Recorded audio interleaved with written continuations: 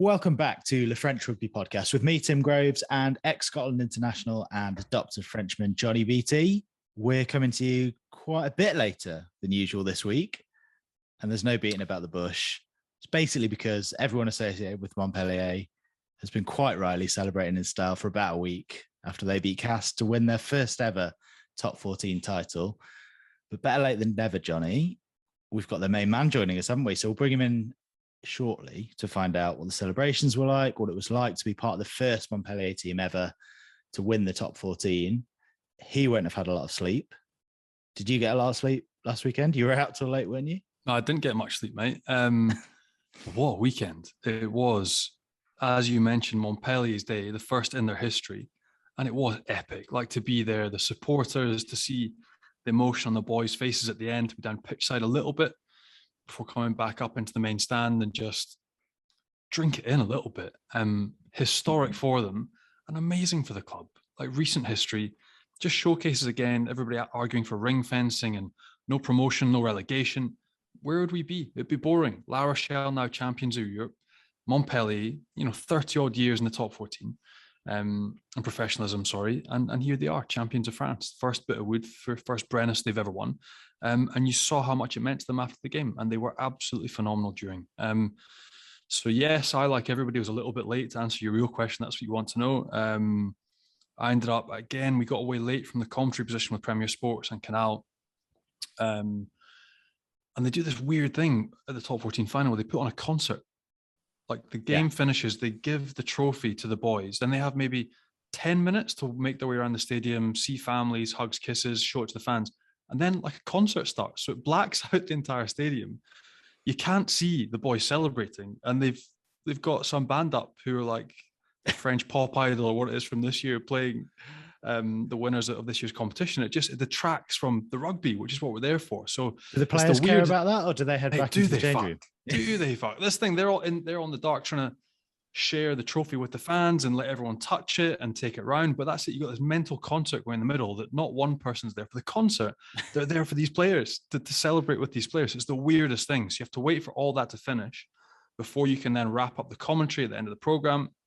And by that time, I got down to the hospitality, and Remy Tales was waiting for me, my teammate from Castres with Mathieu Bastro. So caught up with them really briefly. Had a few drinks with the boys from Café de Paris, who sponsors the World Cup coming up over the next 24 months. They're doing loads of cool stuff in rugby. So good to catch up with them. And then by the time we had those two drinks, it was 1 a.m. Like, it was bananas. And then weirdly, I said before the game, I had the invite from both parties, so I had to choose. And weirdly, Montpellier, they were off. Like, they were off on one. It was euphoria. It was almost the Castres boys that I felt sorry for, and probably have closer relationships. Even though the bigger party was with Montpellier, I went and had a beer with a couple of the Castres boys, particularly because Remy Tales was there. He'd been asked by the president of Castres, so I ended up in their hotel in Paris and got home at 7:30, 8 a.m, an hour and a half sleep. And then I had to fly down. My daughter Cora had a dancing display, so I had 2 hours 2 hours sleep. And of course, you feel like one of those alcoholic dads that rocks up stinking at the back of this dancing display, of which my daughter's display went on for 3.5 minutes, and the display then lasted 2.5 hours. So I started dying, hating this dancing display in the dark, half asleep, while my in-laws were there judging me, the smell coming off me. I didn't care. It was just an amazing weekend. The rugby was fantastic. It was great to catch up with both sets of players after the game really briefly, go and have a few quiet beers as the Castres boys drowned their sorrows. But just amazing for Montpellier and the club, historic for them, and such a sweet note for some of those players to sign off with as well, because after such an amazing career, they absolutely deserved it. So an amazing game of rugby, and a first ever trophy for Montpellier. And we'll hopefully hear about the Montpellier party soon. The mood at the party you went to, the Castres event, presumably somewhat more somber, but it's still been a hell of a season. It has. No, the Montpellier party we've followed on Instagram, social media. I've been in touch with a few of the boys as well, and they're having a hell of a time. But the Castres debrief was like, I walked in and it was very, very dark. A few beers later, it started to kick in and it picked up a little bit. But I think more than anything for them, it was just the manner and the way they lost the game. And Castres did what Castres never do, and that was to try to force it. That's not how they play. They have the same style and template of the way they try and play the game, both sides. But for whatever reason, Cast chose, or whether it was pressure or the occasion or feeling they had to force something, had probably their worst performance of the season in the final. And I think that's the really deflating thing for the players, for this cycle, this generation that's come through, and for the coaching staff that's young and is learning as well. For whatever reason, they did everything they haven't done all year, whether it was trying to force things and offload the ball out of contact without ever really dominating. They would turn the ball over easily. They would try to run from deep, which we never see Cast do. Geoffrey Police, we talked about it after the game, trying chip kicks out of his own 22 when he's got nobody to chip to, no chance of gathering.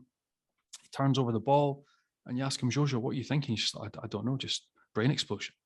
Like, just these types of things that kept on happening. Normally have such an ultra pragmatic defensive way of playing. That's why they led for so long across the year with a narrow points difference. They find a way to grind teams down, but they never really cripple teams or obliterate them.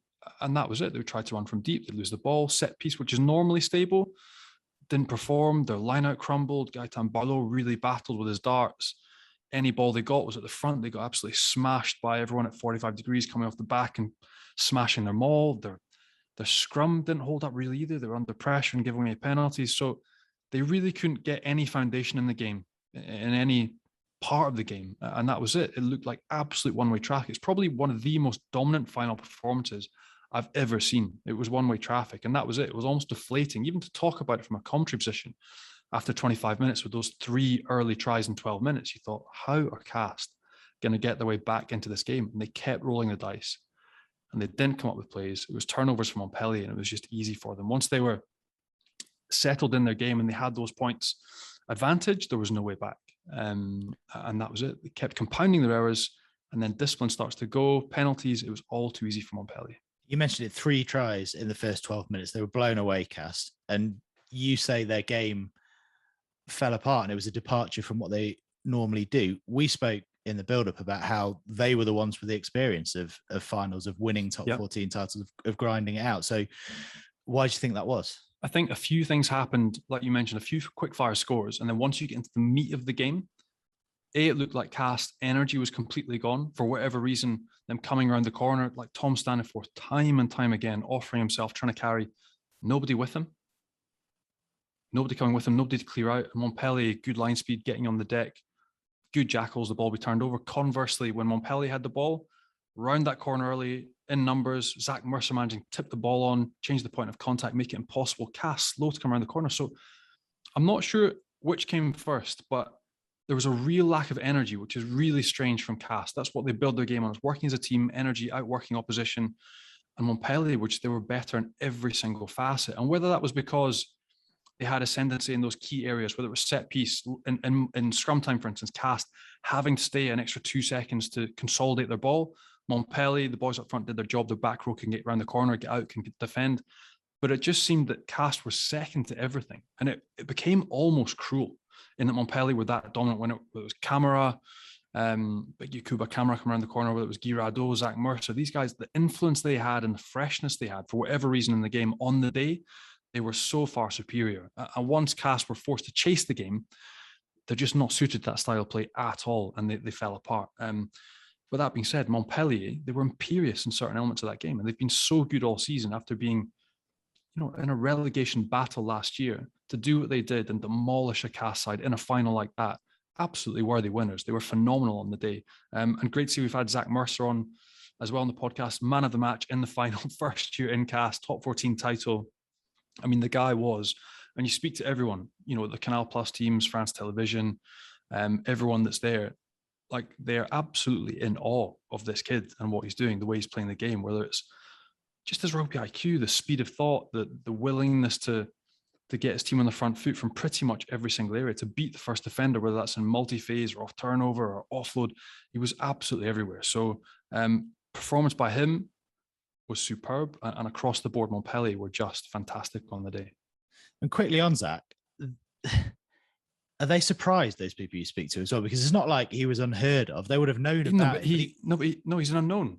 This is the thing. He, I think for British rugby public, maybe not even British and Irish rugby public, but for English rugby public, Premiership watchers at Bath, they knew about him and he should be picked by Eddie. And But French rugby public, we don't get Premiership rugby here.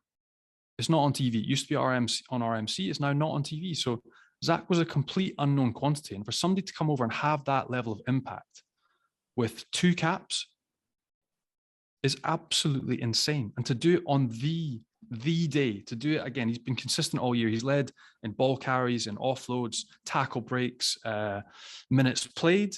He's been there all year leading. But then to do it on that level, in front of that many people, on the biggest rugby day in the French rugby calendar, everyone was like, wow.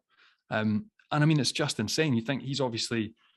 I think he's getting married tomorrow, Zach. He's getting married this weekend. He went from the celebrations to stag do to getting married this weekend coming up, and then coming back and doing it all again next season. So what a year it's been for him. But the answer is yes. People here have been surprised because Zach wasn't unknown, and now he's no longer. And there's going to be a big tug of war between Montpellier, who I know are desperate to keep him, and a few clubs back in the Premiership that would love to have him, so he could potentially fight for an English jersey. And aside from Zach, you know Montpellier very well as a club. They were runners-up 2011, 2018. You know Mohed Altrad as well. Yeah. What he's done there. It gives us a sense of what this means to him, to the club, to the people, to the city. Well, I spoke to Mohed before the game. So I was down touchline and caught up with a few of the players, just as everyone was warming up and taking the game in on both sides, and bumped into Mohed. And I think for him, it was just a question of validation. Like, it's incredible what he's done for the town of Montpellier, the investment in the rugby club. Now, obviously, with the French national side, the All Blacks as well. You listen to him talk about his company in detail, how it started, the journey they've been on, how he loves rugby values and how that can intertwine in his corporate interests, which are completely detached. But he likes to take the rugby story and take those core values and instill them on his employees in his company. But I think just for him, it was the arrival. It was the finality of, there's been an investment. We've been on a journey, but now here we are. Look what we've done. This is our first top 14 title, and we've arrived. There have been big ups and downs. They've been to finals, as you mentioned.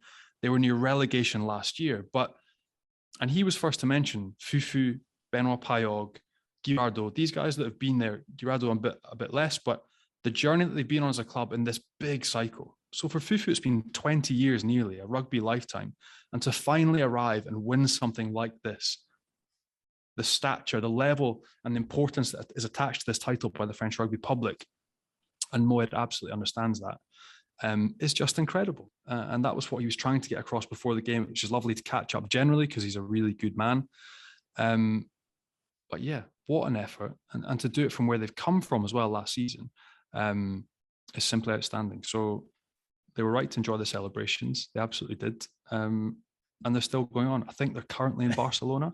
Well, what a few days they've had. Well, let's get it from the horse's mouth then and find out exactly what it was like to be part of the first Montpellier team ever to win the top 14 title. We can have a chat with their Italian fly half, Paolo Garbisi.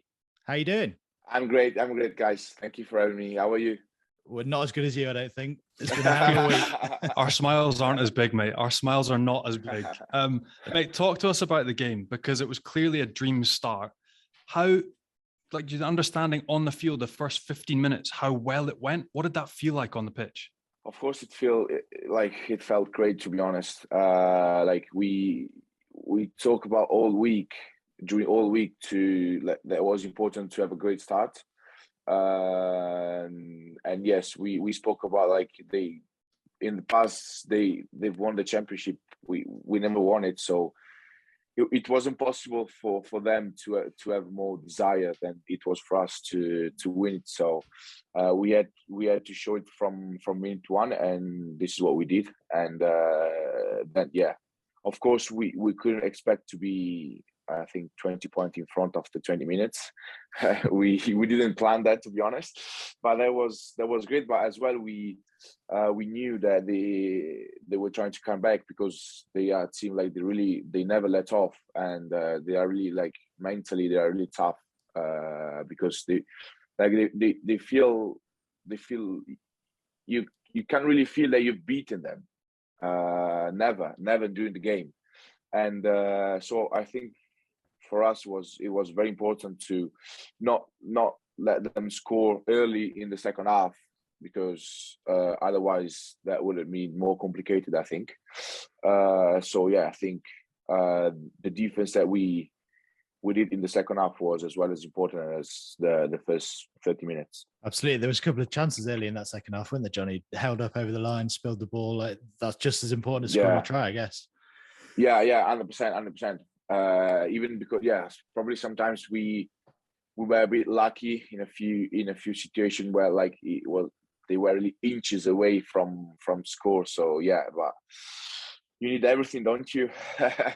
So yeah, no, we absolutely. I'm very pleased about the effort of the team, and of course we were really happy. And mate, you say luck, but the amount of effort that like Zach went through, Camara, Girardo, these boys, it was serious digging deep time. Some of the effort on your defensive line was incredible. And again, when you got off the field, it was crazy. And then when you saw the emotion, like for Guillaume to finish his career like that, for Fufu to finish after 20 years with one club and to go out on a title, did you get a sense of how much it meant to these guys in the build-up and then after the game as well? Yeah, of course. But of course, it was a special game for us. Probably more special for us than it was for Cast, even if it was a final for both of us. But for the little stories that we had on the team, Guillaume, Fufu, even Benoit Payog was moving to Toulon after 13 seasons, I think. So yeah, I can't really understand what they were feeling like after the game, because like of course I was really happy, was really proud, but I think for them it was something really, really like next level, something like even unbelievable, really. Like they've played, I think like 13-14 season, and Guillaume is only won like twice. Fifi was his first time, Benoit as well. So and that shows like how difficult it is to win the championship.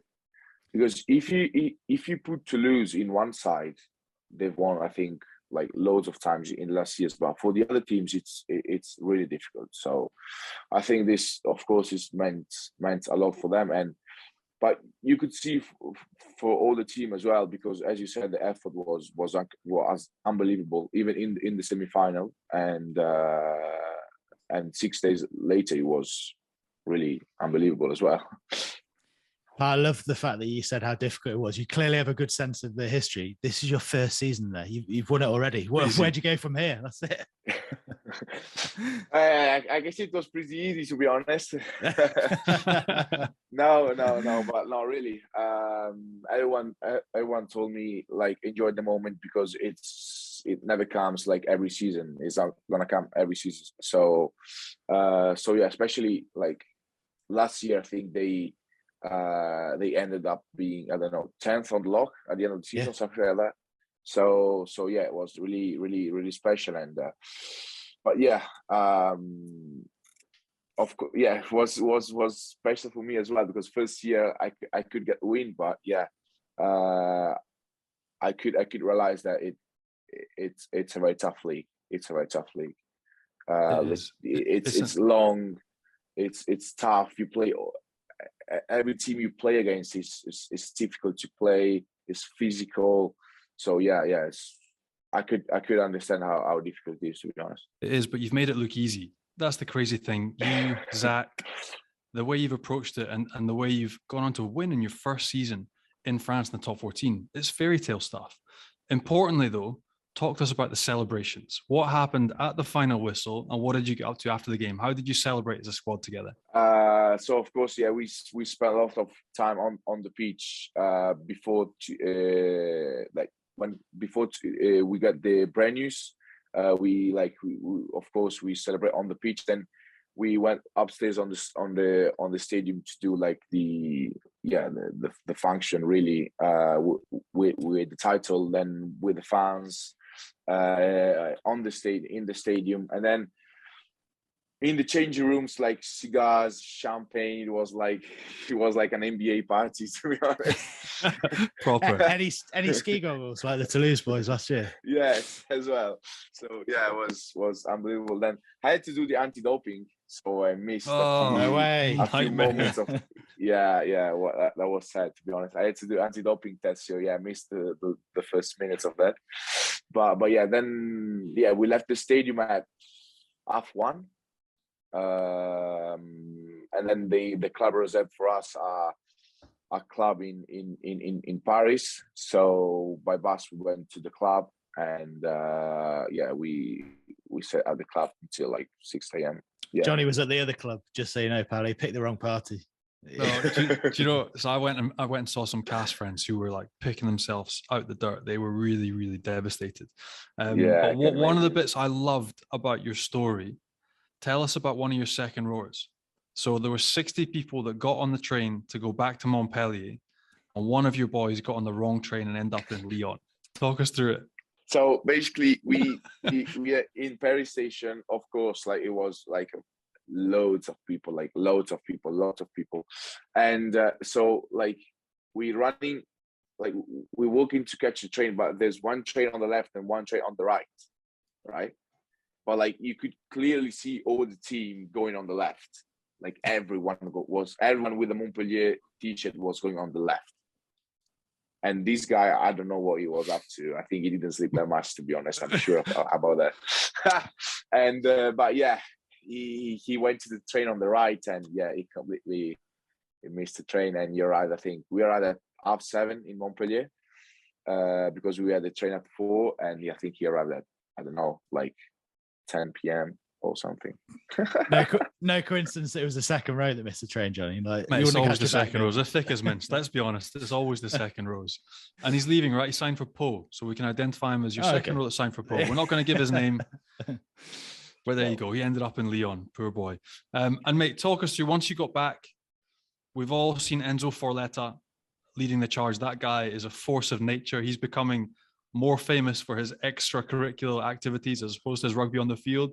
He looks like a machine. Talk us through him and how much he enjoys a party, and how much fun has it been back in Montpellier. And the boys are now down in Barcelona, I think, as well. So what have the past 3-4 days been like? Yeah. So yeah, Enzo is so funny. Like you can't stop laughing when you're beside him. It's unbelievable. Like, but and he's like that like all the season. So, but the problem that is we should record him all the time because he's always like that.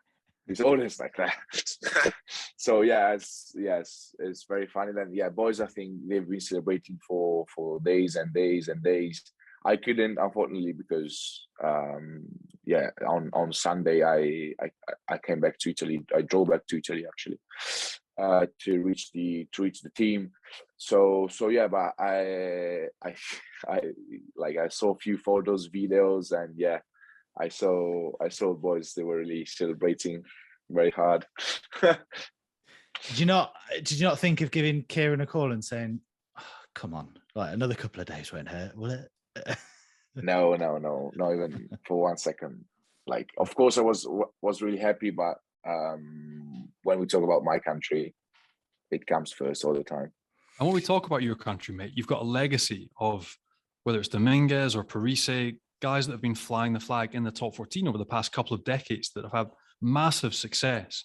So how proud are you as an Italian now to be backing up international rugby, but to flourish in the top 14 as well? It must be a great feeling. Yeah, honestly, it is, because I can tell you there were lots of doubts by like people had a lot of doubts on my decision to go over to Montpellier when I took the decision last summer. So yeah, most of the people were not really sure about that, because most of them they thought that it was too early to go abroad and play abroad.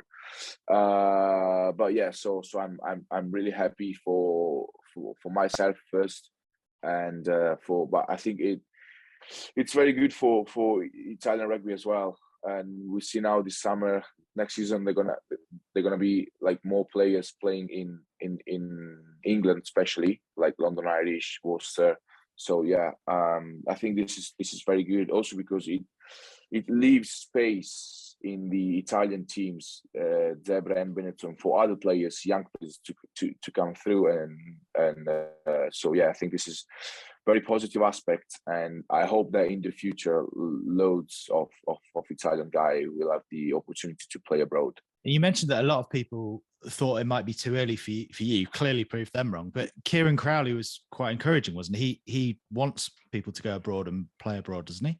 Oh yeah, 100%. He was like he did support me 100% when I told him that I had this opportunity to go, and so yeah, honestly, it was happy. Actually, it was really happy for me, and yeah, he told me, mate, if I were you, I would go. so yeah, I had a constant support from him during all the season, before and after the November test matches, before and after Six Nations, and now before this summer tour. So yeah, it felt easier as well with this support. And mate, you mentioned some of the younger players and the places that are alleviated back home. You're on the bench this weekend for Italy, but your younger brother Alessandro, who I worked on some of his games in under-20s, he is going to be another amazing rugby player. How cool would that be for the pair of you to play together for the Italian side? That must be an incredible thing that's about to happen. Yeah, that would be incredible, to be honest. That would be, yeah. I hope to enter the pitch before he goes out. Yeah, but yeah, that would be absolutely incredible. And I don't know how many 9 and 10s brothers like played together in international rugby. So yeah, I think it's a very proud moment for our family, and unfortunately we don't have a third brother like the Barretts, but but yeah, I think 2 is not bad. It's not bad already. So no, yeah, of course, I'm very happy, and honestly, I hope to have loads of opportunities to play with him even in the future. So yeah, let's hope that things will go in a good way for us. And it's obviously been a dream season for you. You mentioned the move to Montpellier last summer, and you obviously came through the Italian system before that. So how did that move to Montpellier come about? And presumably you had other offers on the table. You could have gone elsewhere in the world. So what made you choose Montpellier? The first thing is that I had other offers, but they were all USC teams. So I decided to my first idea when I was younger, it was to go to England. But the first really opportunity that I got was Montpellier, not to be in the URC. So yeah, I decided to go and to take that opportunity, and especially because of course I wanted to train every day and to play with a player like Handre Pollard. And lots of people they were disappointed because they saw that Pollard was as a negative, but for me it was really a positive thing. And so yeah, these were the two main reasons that I thought about to take my decisions. And how have you found that experience? Because you've signed with a World Cup winning Springbok, and I imagine your thought process would be, okay, I'll go, I'll learn, there'll be points that I can take from him. Definitely. But you've moved ahead of him in the pecking order very quickly. And I know he's had his injuries, and I can see the smile on your face, but what has that been like to keep a World Cup winning Springbok 10 out of the team? And then to have the season that you've had with young guys like Zach? You guys have been absolutely flying. So what has that been like to sort of move ahead in the pecking order and start in that final as a 10? Yeah, it was special. It was special because, again, thinking about last summer, I couldn't even imagine that I could play the amount of games that I played. Because I think I played 20 games with Montpellier this season, and more than 2,000 minutes, including Italy as well. So So yeah, I couldn't even imagine that, to be honest. And yeah, Handre wasn't very lucky because he had a few injuries, and I think he couldn't never get the rhythm and the flow into that. But yes, it was really important for me to have a lot of like rugby time. But yeah, again, he helped me a lot, to be honest. He helped me a lot during the weeks, even during the games, because a few times we played 10-12, me at 10, him at 12. And yeah, during those games to play 10 was easier, to be honest. I have to say that. And but yeah, and then from as a human being, from the human side, is a very, very good guy as well. So yeah, that's amazing. And you mentioned as well that the fight for game time. Now that you've had that and you've established yourself, like last time I was in Montpellier, like you were on the front of the billboards, they're using you a lot in promotional. So is there a sense as well that it's a place you want to stay? I know it's ridiculous, but is there a sense that you want to stay? Are you able to go to the coaching staff and try and extend your stay? Because clearly it's working well. You've just won the championship. You would think now would be the moment to send your agent, you and Zach together. Let's go and get a 3-4 year contract extension. I've done it already. So I hope Zach will do the same thing, to be honest. That would be very good for us. I don't want to play against Zach. But yeah, I resigned the week before the semi-final. No, the week of the semi-final for 2 more years. Congrats. Yeah, thank you, boys. I had like this season and next season, so I put 2 more years on my regional contract. So yeah, it's gonna be 2025. So yeah, because yeah, was easy the season for me.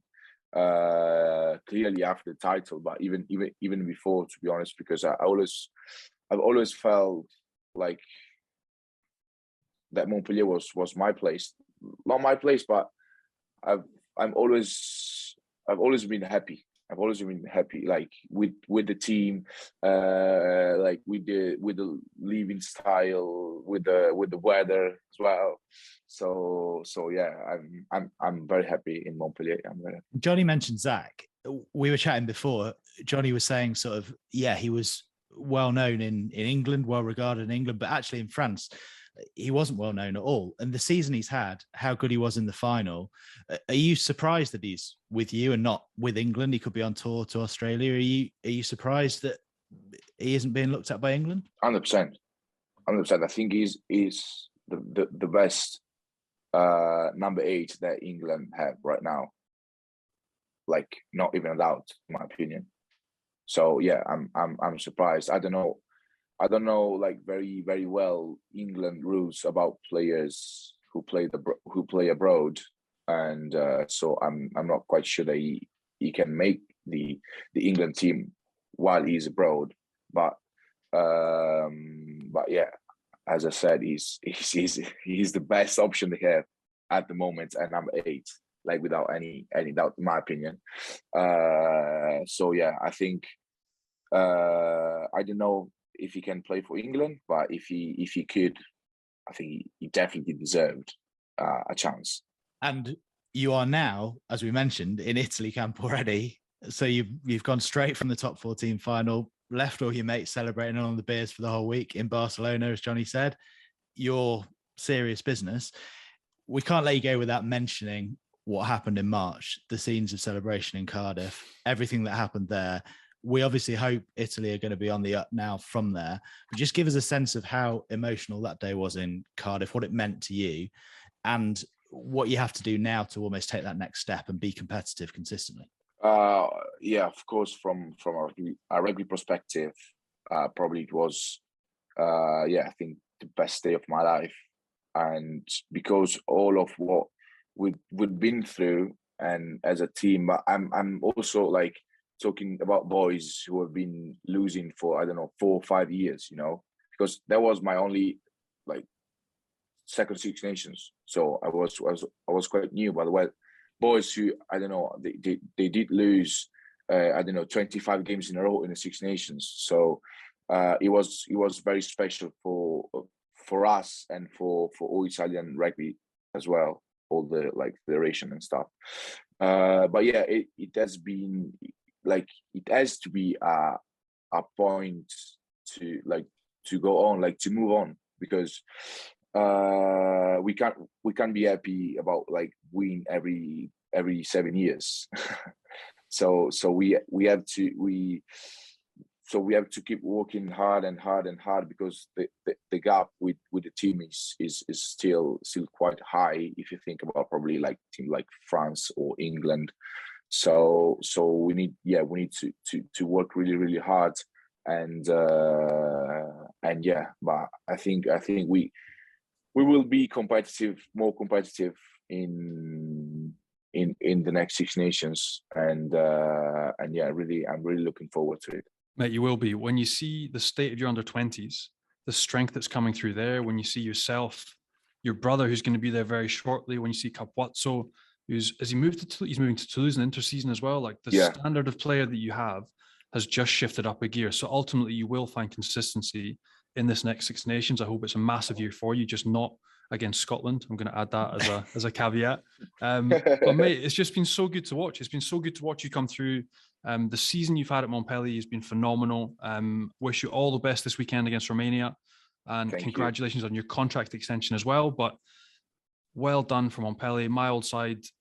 Absolutely phenomenal to watch. So proud of the team effort. The boys that are retiring, absolutely delighted for them. But for yourself and what you've brought with the new young generation, well done. It's been so much fun to watch you. Thank you.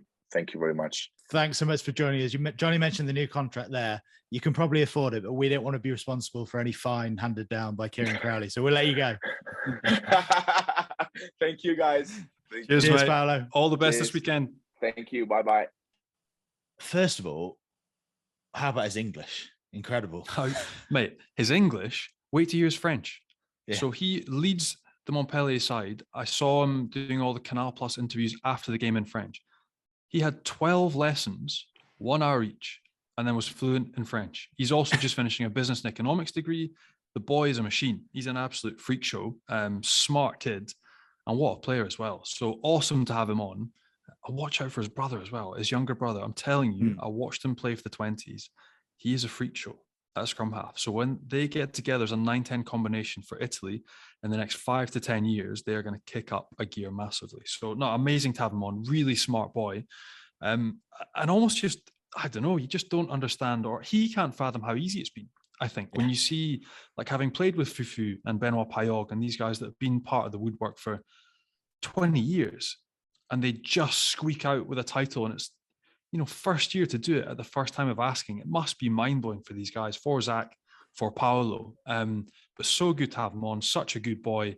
What a performance as well. Like the way he played at the weekend, he was absolutely magic. So great lad. And not only smart, you can tell speaking to him how he could command players who are 35 and at the end of a career. He clearly has the respect of everyone and leads that side. Well, that's it. He talked about leaning on guys like Handre Pollard. He's got Jan Serfontein outside him as well at 12, he punches every single weekend.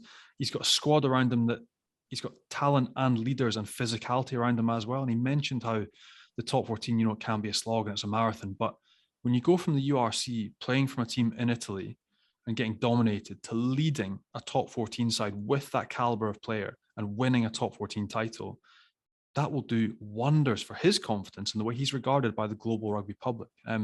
So a great move for him. And absolutely, Philippe Saint-André, the job he's done in persuading him, it wouldn't have been hard to persuade him to stay in Montpellier. But the fact that he's put pen to paper, he's there to 2025, is great for his future. What percentage increase do you reckon he got? Not enough. He said, I signed before the semi. I'm like, no, wait till after the final, then go and ask Moed when he's all happy. He's had a couple of glasses of champagne after the final, get that big bung up. But mate, he's absolutely worth any increase he's got. A top 14 championship will never be taken away from him. And a great boy. And the other thing, we spent a fair bit talking about Italy during that little 20 odd minutes. And we thought we'd be speaking more about the celebrations. He wasn't there all week. He was there for a couple of nights maybe. And then he was straight to Italy preparing for Romania. He's on the bench this weekend. But just the sense of sort of even suggesting that he might have wanted to stay an extra day or two in Montpellier. It's like, no, he's properly proud to be leading Italy forward. Of course he is. And I think he understands as well, there is a wave about to arrive. I think they've also got their model right in that now they're churning out a decent number of kids. Like some of the athletes, some of the front rowers they've got coming through are impressive. But like Scotland, you can't hold on to everyone. You have to let people go. They have to spread their wings. They have to have different experiences, be that culturally or the environment. And that's where he'll bring things back. And that's where Kieran Crowley absolutely understands. You can't pin these guys down. You have to let them free and have that experience. But then when it's time to switch on, absolutely, he'll be desperate to get back, to kick on and take that buzz that he'll be feeling now from being a top 14 winner to Italian camp, kicking on, beating Romania, and then coming back and finding that consistency as a unit as they lead the way through the Six Nations and onto the World Cup in 2023, which he'll be a massive part of. So, he's a young man, he's a leader, he's already a top 14 winner at such a young age. It's just incredible. So delighted to have him on, and sure he'll come on again next year. A great lad. Right. Can't imagine what it might be, but it's about time we did our Meter Moment of the Week. What have you got for us? Very simple. History makers, my old side, Montpellier, for Moed Altrad, for Zach Mercer, for Fufu, Benoit Payog, for Paolo, and the master of the Sky, Enzo Froletta. I'm not sure if you've all been following him on social media, but have a look at Enzo Froletta on the various pages you can find him leading the charge. But Montpellier as a club, writing their own page of history, the celebrations that they had at the Place de Comédie, then at the beach. Spoke to Fufu yesterday, I think, on FaceTime, absolutely smashed down by the beach, loving life. Just for the week they've had, the season they've had, and top 14 winners, the Meter Moment of the Week is Montpellier Rugby for their first top 14 title. We saw the traditional slip and slide in the change room. They always do that. We saw Arthur Vincent surfing with the Bouclier de Brennis. I mean, Guillaume Guirado, I think he's quite old now. He was sleeping next to it, wasn't he? But he's quite old. What else have we seen from the celebrations? Because it's always, that's a big thing, isn't it, in the top 14, the trophy, what it gets up to after the final. Yeah, and the journey it goes on. But then it's where you are. So if you're up in Paris and you're a Stade Francais player, you're celebrating in Paris. The beautiful part is taking it back to the town. So Place de la Comédie, which is the big central square in Montpellier, they're a massive party reception, and then you take it out to all the different beach clubs, which is where you spend your weekends as a player recovering. It's different to being back in the UK and Ireland where it's miserable. These boys have been all the different beach bars, taking it down to the beaches, surfing the waves. They're now down in Barcelona until the end of this weekend. And look, they're just having a great time. And as we mentioned, it doesn't come round often for these players. Guillaume Guirado, second-time winner. Fufu, Benoit Payog, the first time they've won it.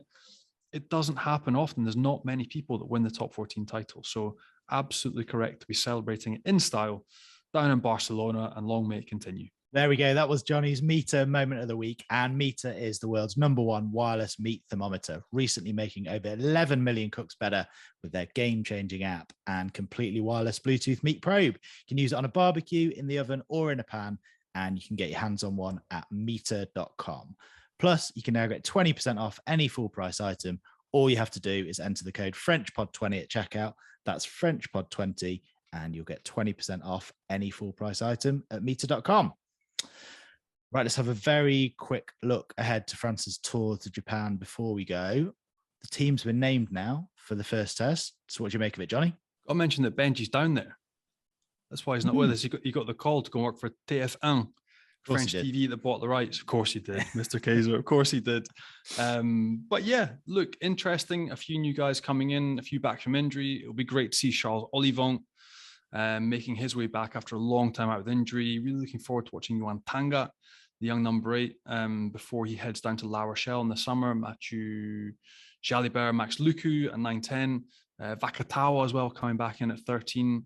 Thomas Jolmez from Bordeaux starting the second row. So a few new faces, a few guys with a point to prove. And then on the bench, you've also got Makalu. Another really interesting one is Falatea and Moefana. So you've actually got an uncle and a nephew, this is bonkers, playing in a tier 1 rugby match for the first time together. So Falatea from Clermont, the replacement tight head, is actually Moefana's uncle, which is absolutely incredible. They'll be playing together for the first time. But I think, look, it's a chance for them to toy a little bit about with these players and see what they can offer. Kuyu, Astoy as well, before he goes to La Rochelle, looking to step up, take some game time with points to prove. And they'll be desperate to absolutely obliterate Japan. Let's be honest, they will want to stick on a show and show Fabian Galti that they can stay within the same systems. They can operate under what they've implemented so far. Defensively, they can stick to their guns under Sean Edwards, not deviate from the plan, be aggressive and take the game to Japan. But no, really looking forward to the different combinations they've stuck out with a few key players getting a rest. But it's a huge couple of weeks for them in Japan. Speaking of France, some big transfer news surrounding a France international, Johnny. So I didn't see it coming this season, but I think after the fallout, Cameron Walkie, Christophe Urios, we saw Cameron Walkie, even for the semi-final, almost self-isolating back to the post, slunk down, body language kind of poor, the rest of the group away towards the centre, preparing together, and he looked kind of isolated, and I just thought that doesn't look right. And French press reporting today that Racing 92 have actually bought the last year of his contract, and he's signed there for the next 3-4 seasons. So that is huge news, again, for Bordeaux. And we said that Christophe Urios, if there was a decision to be made, if it's him or one of his players who's too big for the boots, it's Christophe that's going to win. So something has been ironed out there. Racing have bought the last year of his contract, which is absolutely massive. To have bought the last year of one of France's best young players away from an ambitious club like Bordeaux is a big, big move for Cameron Walkie. And yeah, we'll see how that pans out. But a big decision to leave a year early his club, where he was doing so well and becoming a leader, potentially after that clash with Christophe, and move to Paris. And even though you don't miss with Christophe, that's a big call for Bordeaux as well. Massive. I mean, absolutely massive for Laurent Marty to decide with Christophe, okay, we can actually plug something in here. We can find another player, especially a Gif, like a guy that is that important to your team. And he's central to everything around line out, the way he calls, the way he leads that element of the game. They've been so strong. They've got Guido Petty there as well, but they're going to have to bring other people in to back up in those spots. And you're not going to get a backup the quality of Cameron Walkie, especially one that's Gif. So a big decision to let him go. Whether that's been a clash behind the scenes, we don't know, but a big buy for Racing and a huge decision for Bordeaux to let him go. And back to the tour then, give us a prediction. Is it going to be 2-0 France in the series with Japan? Yes. Look, I think Benji will enjoy it. I think he's gone to Tokyo. I'm not quite sure if he's in a studio somewhere, but I think for the players to have that experience, to be in Tokyo, I think Japan as well, they haven't played much rugby together at all over the past 2.5 seasons. They played their first, they had a hit out last weekend that they won comfortably. But I just think the way France are going, the desperation that these boys, you think of Charles Olivon, the desperation they will have to come together to perform straight away and to click and to impress the coaching staff. I think there's so much riding on it. They'll have the bit between their teeth. And yeah, I'll go 2-0 for France in this series. Absolutely. Thanks, Johnny. And that's it, isn't it? Last episode of the season. Been a hell of a season. Time to hit the beach. But we'll be back bigger, better next season, yeah? Time to hit the campsite first for the BT Clan. Oh, really? Yeah. Oh, God. That sounds awful. I'm not going to lie. It's going to be absolute carnage. But no, we will be back soon. There's some exciting summer transfers coming into the staff in this team, Tim, which I think you'll all enjoy. But it's been a real pleasure this year. And yeah, looking forward to a break, but cannot wait to be back before the start of the next year's top 14 season starting in September with a bit of exciting news, but looking forward to a break. That's it. Leave people, tease them. I like it. Exactly. Cheers, Johnny. A big thanks to Paolo Garbisi for joining us as well. Thanks to all you guys for listening. Make sure you hit subscribe. Leave us a nice review if you can. Check us out on Rugby Pass and on YouTube. And we'll be back with another episode next season. Au revoir, Johnny. Cheers, Tim. Catch you next year.